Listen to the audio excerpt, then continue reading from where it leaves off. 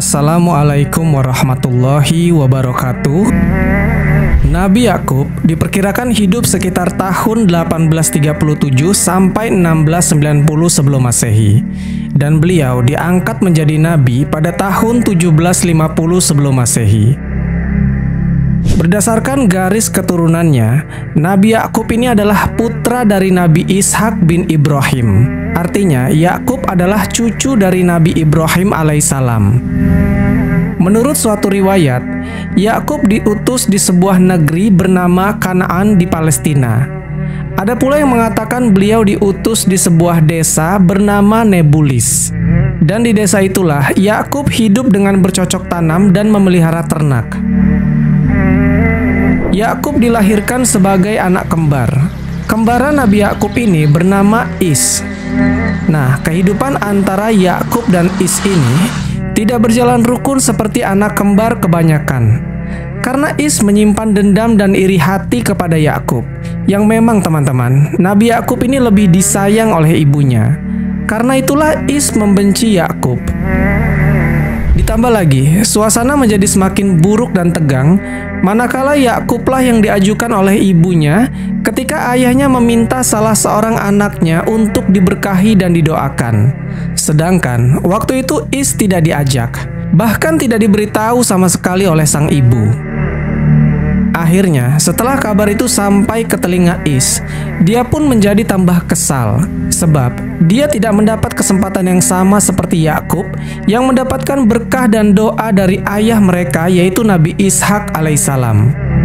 Dan setelah peristiwa itu, Is pun menampakkan sifat dingin dan kaku kepada Yakub, karena Is begitu luar biasanya kesal dengan ketidakadilan yang ada di dalam keluarganya. Maka Yakub pun mendatangi ayahnya dan mengadukan sikap permusuhan yang ditampakkan Is itu. Yakub berkata, "Wahai ayahku, mohon berikan pendapatmu apa yang harus kulakukan untuk menghadapi Is yang sekarang membenciku dan selalu menyindirku dengan kata-kata yang menyakitkan hatiku, supaya hubungan persaudaraan kami berdua yang renggang ini bisa berubah saling mencintai dan saling menyayangi." Is marah kepada ayah yang memberkahi dan mendoakan aku agar aku memperoleh keturunan soleh, rezeki yang mudah dan kehidupan yang makmur serta kemewahan. Is menyombongkan diri dengan kedua orang istrinya dari suku Kanaan dan mengancam bahwa anak-anaknya dari kedua istrinya itu akan menjadi saingan berat untuk anak-anakku kelak di dalam pencarian dan penghidupan dan macam-macam ancaman lainnya yang membuatku cemas dan menyesakkan hatiku. Tolonglah ayah, berikanlah aku solusi bagaimana aku dapat mengatasi masalah ini serta mengatasinya dengan cara kekeluargaan. Nabi Ishak ini teman-teman memang sudah kesal melihat hubungan kedua putra kembarnya yang makin hari makin meruncing. Lalu Nabi Ishak berkata, "Wahai anakku Yakub, aku sudah terlalu tua untuk menjadi penengah di antara kalian berdua. Aku khawatir jika suatu hari nanti aku telah meninggal dunia, saudaramu Is akan semakin menjadi-jadi memusuhimu, dan takutnya dia akan berusaha mencelakaimu sampai akhirnya engkau dibunuh olehnya. Is juga telah menghasut saudara-saudara iparnya yang berpengaruh dan berwibawa di negeri ini, supaya mereka semua membencimu. Maka menurutku, yang terbaik untukmu adalah berhijrah. Sebaiknya engkau pergi meninggalkan negeri ini, supaya engkau terbebas dari gangguan dan bisa hidup dengan tenang. Pergilah engkau ke suatu negeri di Irak yang bernama Fadan Aram. Di negeri itu ada pamanmu yang bernama Laban bin Batuil. Engkau bisa tinggal bersamanya di sana dan meminta kepadanya untuk mengawinkan engkau dengan anaknya. Niscaya, jika engkau tinggal bersamanya, kedudukan sosialmu akan disegani dan dihormati orang-orang, karena pamanmu Laban adalah orang yang disegani di mata masyarakat. Maka pergilah engkau ke sana dengan iringan doa dariku. Semoga Allah Subhanahu wa Ta'ala memberkahi perjalananmu, memberi rezeki yang banyak dan mudah, serta diberikan kehidupan yang tenang dan tentram."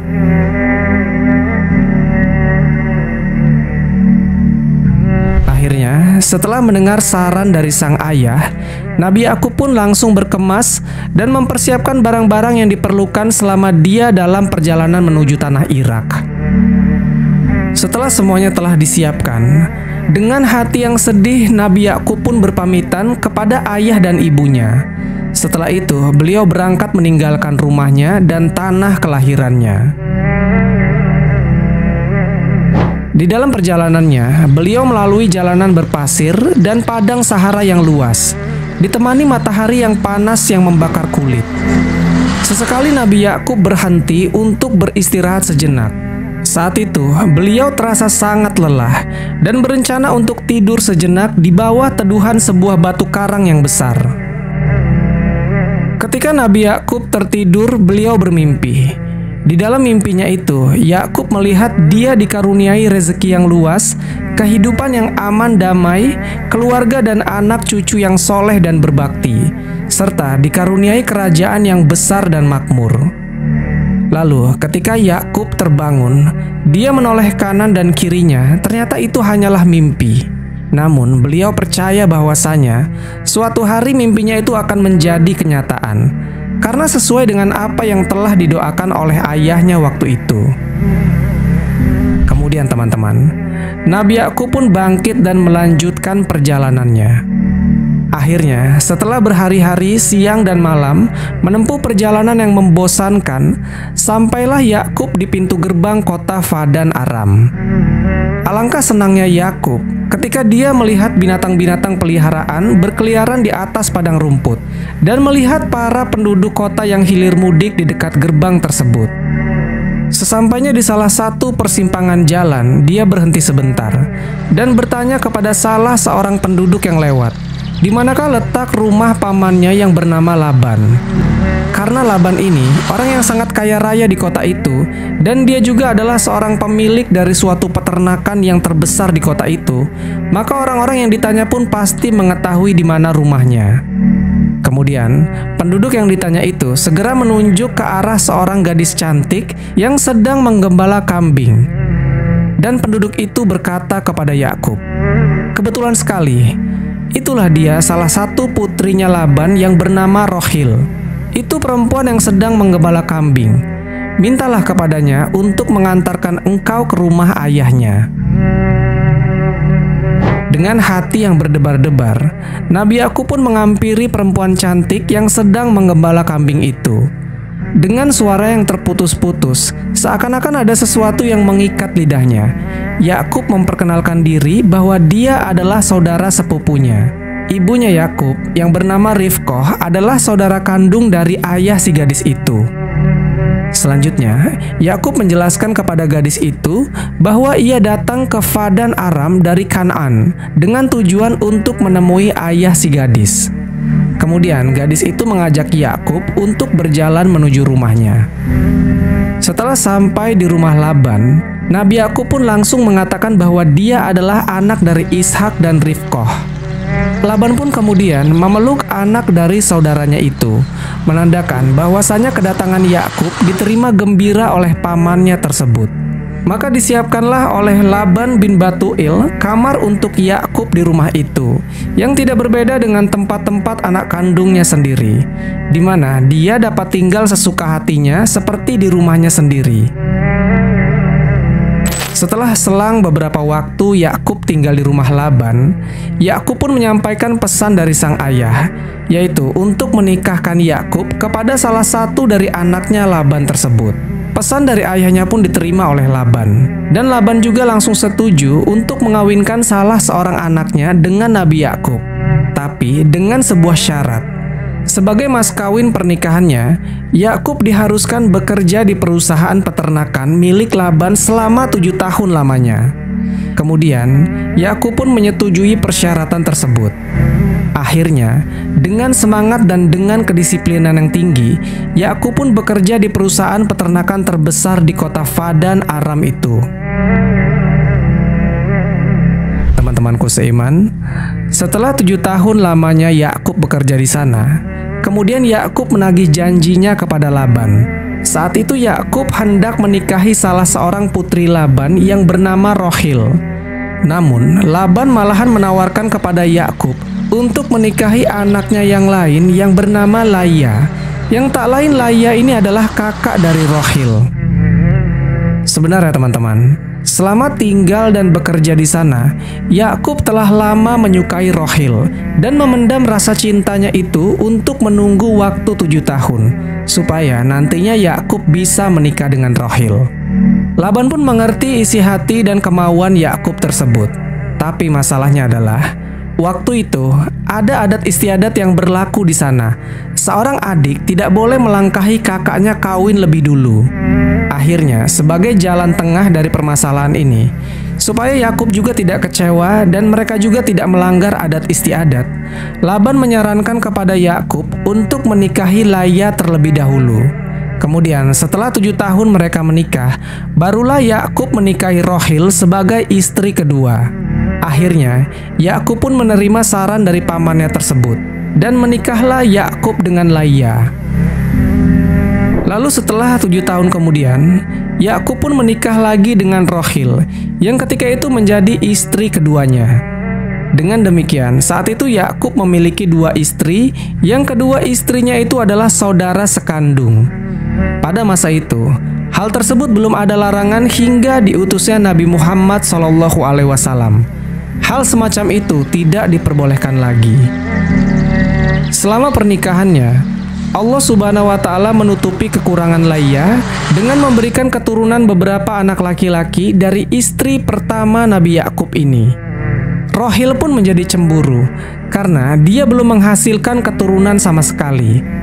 Pada suatu hari, Laban memberikan hadiah kepada kedua putrinya itu, yaitu budak atau hamba sahaya 2 orang wanita untuk menjadi pembantu di rumah tangga mereka. Laia diberi budak bernama Zilfa, sementara Rohil diberi budak bernama Bilha. Nah, karena Rohil ini lama tak punya anak, akhirnya pada suatu hari Rohil menghadiahkan budaknya yang bernama Bilha ini ke Yakub. Kemudian Yakub pun menikahinya, dan Yakub kemudian memiliki anak dari Bilha. Lalu ternyata Laia juga ternyata cemburu. Maka Laia juga memberikan budaknya yang bernama Zilfa ini ke Yakub. Kemudian Yakub menikahinya. Kini Nabi Yakub memiliki 4 orang istri. Dari ketiga istrinya itu, Yakub memiliki 10 orang anak, sementara dari Rohil belum ada. Akhirnya, setelah menunggu sekian lama, Rohil pun melahirkan seorang anak laki-laki yang berwajah sangat tampan. Anak itu dia beri nama Yusuf, yang nantinya akan kita kenal sebagai Nabiullah Yusuf alaihissalam. Beberapa tahun kemudian, Rohil dikaruniai anak laki-laki lagi yang bernama Bunyamin. Jadi total semua anak Nabi Yakub ada 12 orang dari perkawinannya dengan 4 istrinya itu. Dari istri pertamanya yang bernama Laia, melahirkan 6 anak laki-laki yang bernama Rubail, Syamun, Lawi, Yahuza, Rubalun, dan Yasyur. Dari istri kedua yang bernama Rohil, melahirkan 2 anak laki-laki juga yang bernama Yusuf dan Bunyamin. Dari istri yang ketiga, yang dulunya adalah budaknya Rohil yang bernama Bilha, melahirkan 2 anak laki-laki yang bernama Dan dan Naftali. Dan dari istri yang keempat, yang dulunya adalah budak dari Laia yang bernama Zilfa atau Zulfa, melahirkan 2 anak laki-laki juga yang bernama Jad dan Ashir. Jadi semua anak Nabi Yakub ini berjenis kelamin laki-laki yang jumlahnya ada 12. Yang nantinya akan muncul 12 suku besar dari kelompok Yahudi, yang semua bangsa Yahudi berasal dari 12 anak Nabi Yakub ini. Kisah ini bersumber dari literatur Israiliyat milik ahli kitab, yang juga dinukilkan oleh Imam Ibnu Katsir di dalam kitabnya Qisasul Anbiya, dan juga beberapa ulama lainnya dalam kitab-kitab tafsir mereka. Sobat Jazirah Ilmu yang dimuliakan Allah, kisah tentang Nabi Yakub selanjutnya adalah ketika Nabi Yakub bertarung gulat dengan Allah, dan Yakublah yang menang. Kisahnya seperti ini teman-teman. Pada suatu perjalanan di malam hari, ketika itu Nabi Yakub membawa ke-4 istrinya dan ke-11 anaknya. Saat itu mereka sedang berada di tempat penyeberangan di sungai Yarmuk. Nabi Yakub menyeberangkan satu persatu anggota keluarganya itu, hingga tinggallah Yakub seorang diri. Lalu saat itu ada seorang laki-laki yang bergulat dengan Yakub. Pergulatan itu terjadi sampai subuh.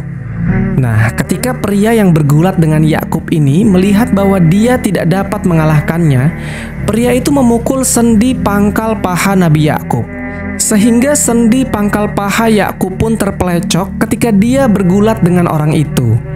Lalu pria itu berkata, "Biarkanlah aku pergi karena fajar telah menyingsing."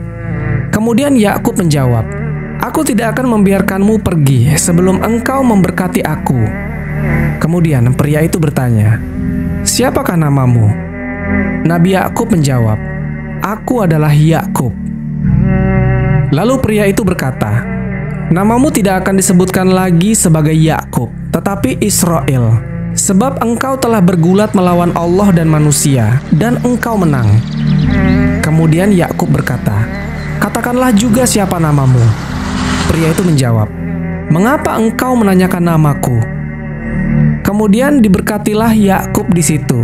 Lalu Yakub menamai tempat itu dengan nama Niel, sebab katanya, "Aku telah melihat Allah berhadapan muka, tetapi nyawaku tertolong." Lalu tampaklah kepadanya matahari terbit ketika dia telah melewati Niel, dan Yakub berjalan pincang karena pangkal pahanya.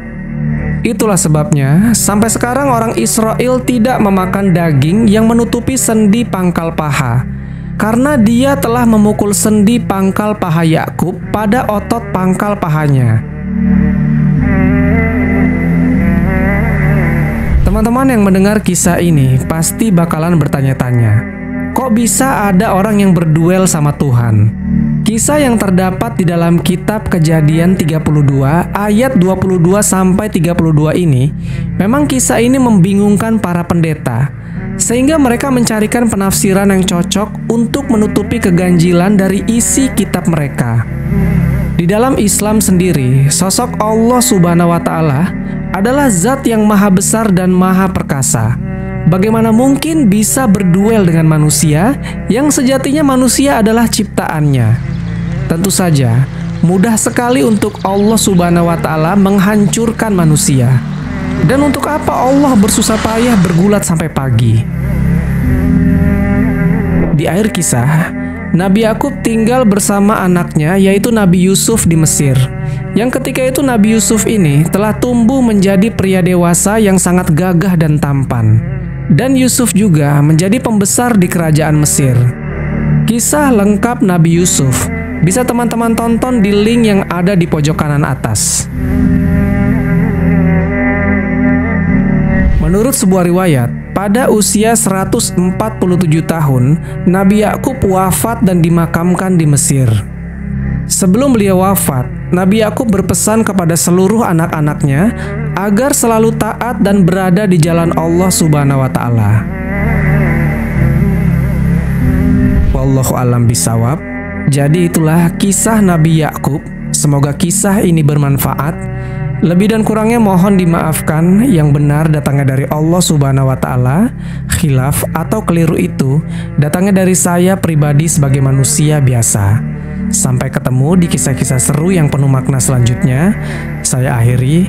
Wassalamualaikum warahmatullahi wabarakatuh.